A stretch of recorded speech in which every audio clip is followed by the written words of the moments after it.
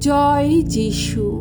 প্রথম পাঠ যাত্রা পুস্তক হতে আজকের বাণী পাঠ 34 অধ্যায় 29 থেকে 35তম পদ। ঈশ্বর সান্নিধ্যে থাকার ফলে মোশির চেহারার পরিবর্তন। মহাসাক্ষ্যলিপির সেই ফলক দুটি হাতে নিয়ে মোশে এবার সিনাই পর্বত থেকে নেমে এলেন। ভগবানের সঙ্গে কথা বলার ফলে তার মুখের চেহারা যেন কেমন উজ্জ্বল হয়ে উঠেছে। পর্বত থেকে নামবার সময়ে মোশে তা টের পাননি। আরন আর সমস্ত ইসরায়েলীয়রা যখন মোশেকে দেখতে পেল, তখন তার মুখের ওই উজ্জ্বল চেহারা দেখে তার কাছে তারা এগোতেই ভরসা পেল না। কিন্তু মোশে তখন নিজের কাছে তাদের ডাকলেন। তাই আরন ও জনমণ্ডলীর প্রধান যত ব্যক্তি তার কাছে এগিয়ে এলেন এবং মোশে তাদের লক্ষ্য করে তখন কথা বলতে লাগলেন। তারপর অন্যান্য ইসরায়েলীয়রাও তার কাছে আসতে লাগল। সিনাই পর্বতে তার সঙ্গে কথা বলে ভগবান যা কিছু আদেশ দিয়েছিলেন, মোশে তখন সেই সমস্ত আদেশ তাদের শোনালেন। তাদের সঙ্গে কথা বলা শেষ করার পর তিনি নিজের মুখ একটি কাপড় দিয়ে ঢেকে ফেললেন। এরপর মোশে যখনই ভগবানের সঙ্গে কথা বলার জন্যে পূর্ণ শিবিরের ভিতরে তার সামনে যেতেন, তখনই সেখান থেকে আবার বেরিয়ে না আসা পর্যন্ত তিনি সেই কাপড়টি খুলে রাখতেন।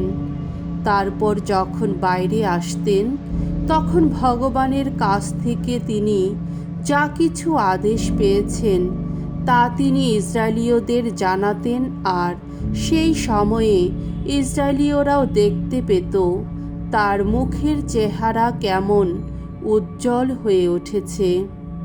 তারপর মোশে নিজের মুখ সেই কাপড় দিয়ে আবার ঢেকে রাখতেন, যতক্ষণ না তিনি ভগবানের সঙ্গে কথা বলার জন্যে আবার শিবিরে যান।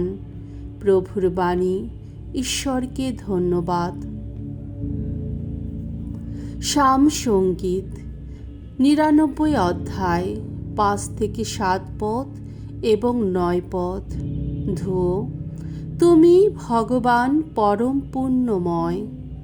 আমাদের ঈশ্বর ভগবান যিনি, গাও তার গৌরব গাথা। তার পাদপীঠ তলে কর প্রণিপাত। পবিত্র যে তিনি, আহা পবিত্র যে তিনি। তার যাজকদের অন্যতম ছিলেন মোশে ও আরন। যারা তার নামটি নিতেন তাদের অন্যতম ছিলেন সেই সামুয়েল। ভগবানকে ডাকতেন তারা, সাড়াও দিতেন তিনি। মেঘস্তম্ভের অন্তরাল থেকে তাদের উদ্দেশ্যে কথা বলতেন। তার প্রতিটি আদেশ মেনে চলতেন তারা, মেনে চলতেন তার দেওয়া বিধি নির্দেশ। আমাদের ঈশ্বর ভগবান যিনি, গাও তার গৌরব গাথা। তার পুণ্য পর্বতের দিকে ফিরে কর প্রণিপাত। আমাদের ঈশ্বর ভগবান যিনি, আহা পবিত্র যে তিনি। বাণী বন্দনা। জয় জয় প্রভুর জয়। তোমাদের আমি বলেছি বন্ধু, আমার পিতার কাছ থেকে যা কিছু শুনেছি আমি তোমাদের সবই জানিয়ে দিয়েছি আমি। জয় জয় প্রভুর জয়। মঙ্গল সমাচার। মথি রচিত মঙ্গল সমাচার 13 অধ্যায় 44 থেকে 46তম পদ। গুপ্ত ধন ও মূল্যবান মুক্তোর উপমা কাহিনী। যিশু একদিন এই উপমা কাহিনী বললেন। স্বর্গরাজ্য যেন কোনো জমিতে লুকিয়ে রাখা গুপ্ত ধনেরই মতো। একটি লোক তা খুঁজে পেয়ে সেখানে আবার তা লুকিয়ে রাখল। তারপর মনের আনন্দে গিয়ে তার যা কিছু ছিল সমস্তই বেচে দিয়ে সেই জমিটা কিনে ফেলল।